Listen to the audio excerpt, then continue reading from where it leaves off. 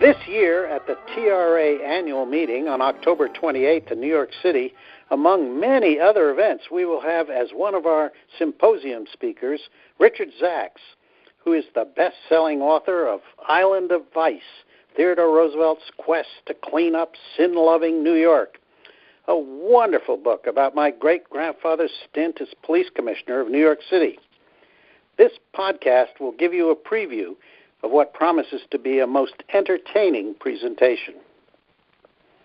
As to Island of Vice, E.L. Doctorow, who wrote Ragtime and almost never gave blurbs, commented, quote, "Here is young Theodore as reformist New York City police commissioner, confronted in 1895 with a cabal of unaccountably wealthy police officials, whole neighborhoods of brothels, and the paws of Tammany Tiger in everything. A delicious municipal history, impeccably researched and excitingly told." That's what Doctorow said, and I say, oh, so true. Richard grew up in New York City and graduated from Columbia School of Journalism. He knows the city intimately and has traveled many of its streets so he could write vividly about much of its history in many of his books. Incidentally, recently, he was historical consultant for Paramount TNT's upcoming miniseries, The Alienist, which highlights Roosevelt's years as police commissioner.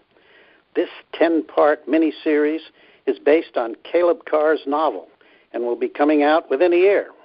Richard, let's start by setting the scene. Tell us a little about TR in 1895 as he prepared to take up the job of police commissioner. Well, he's pretty much a Theodore Roosevelt that's not recognizable necessarily to the modern audience. I mean, he had coming off 6 years working for the Civil Service Commission down in D.C., and he was more of a gadfly than a respected national figure. He comes to New York, and this is a great opportunity for him to assert his Republican law and order agenda. I understand he had a couple of options. One of which was sanitation commissioner, I believe, of New York City. Why do you think he took the police commissioner job? I think police commissioner was much more up his alley. I don't think he found too much glory in the clean streets. I mean, the clean streets actually were very important then because there were 60,000 horses in New York City, and that is a lot of daily horse manure. And it was a disaster for the city, and it was an important job. But Roosevelt had far greater ambitions, and police commissioner was much more suited to him. Yeah, I agree. I mean, he saw much more opportunity to make a difference. Well, how about New York City at that time? What was it like, and what was he up against?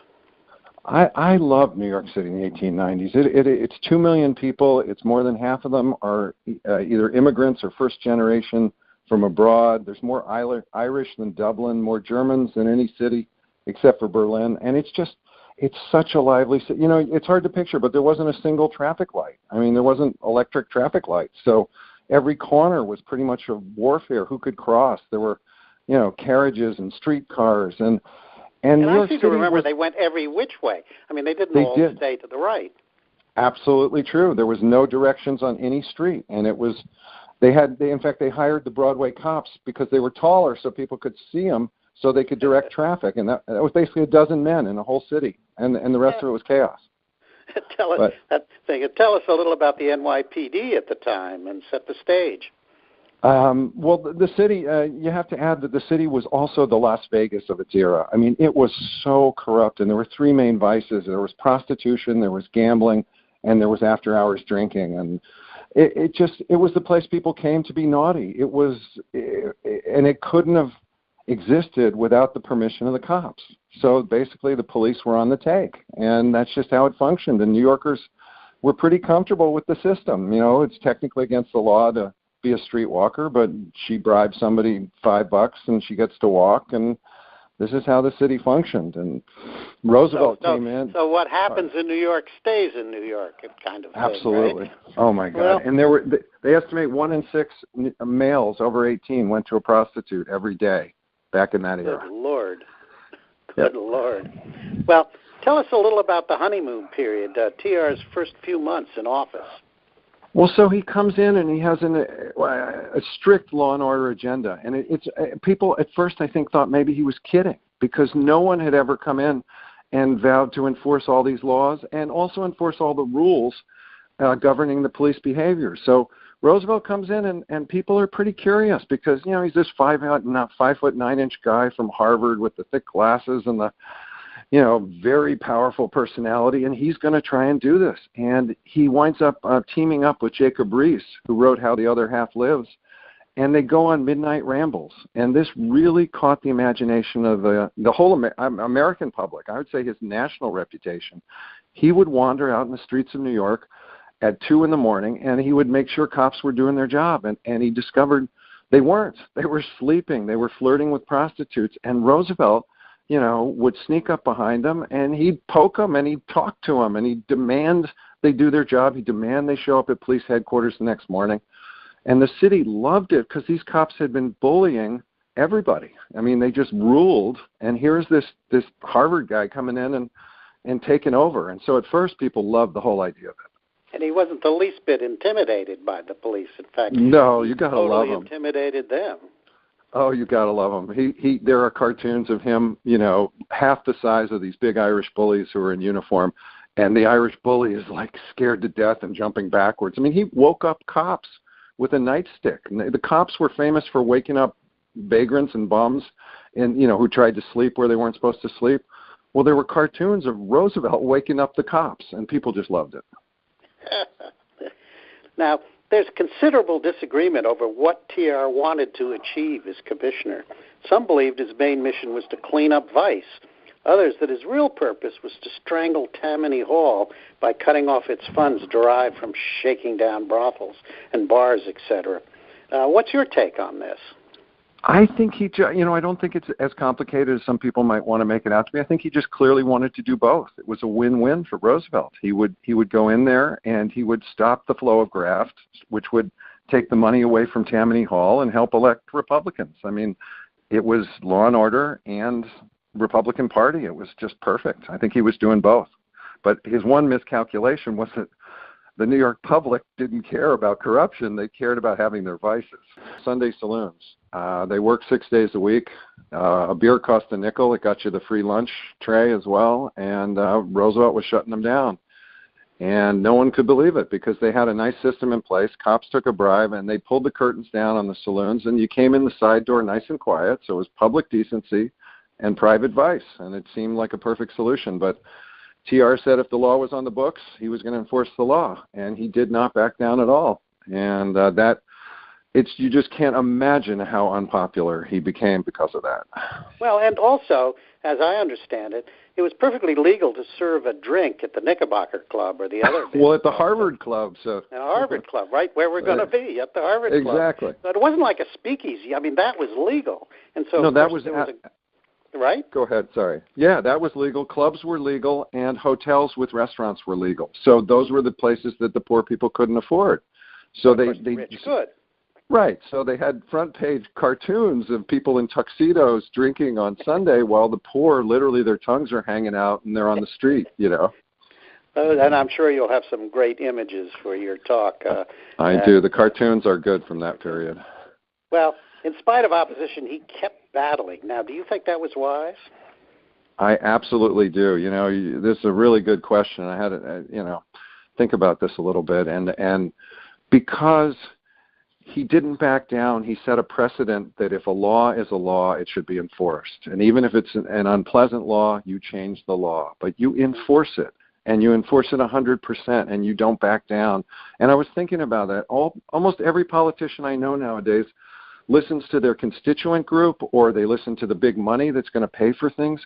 TR was his own man, and when he had a belief or a principle, he followed it. Yeah, I think that's right, and I think he saw very clearly that if you didn't enforce the law, it allowed Tammany Hall to exist, and that was a tremendous evil at the time. But he also said that he never expected to be elected to office again. Because he was doing this. He had irritated and so many constituencies, so many people, and he obviously was wrong. I mean, at least one more time.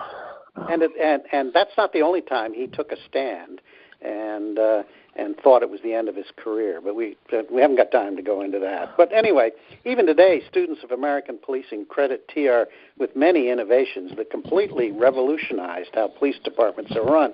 Can you give us an example or two of that?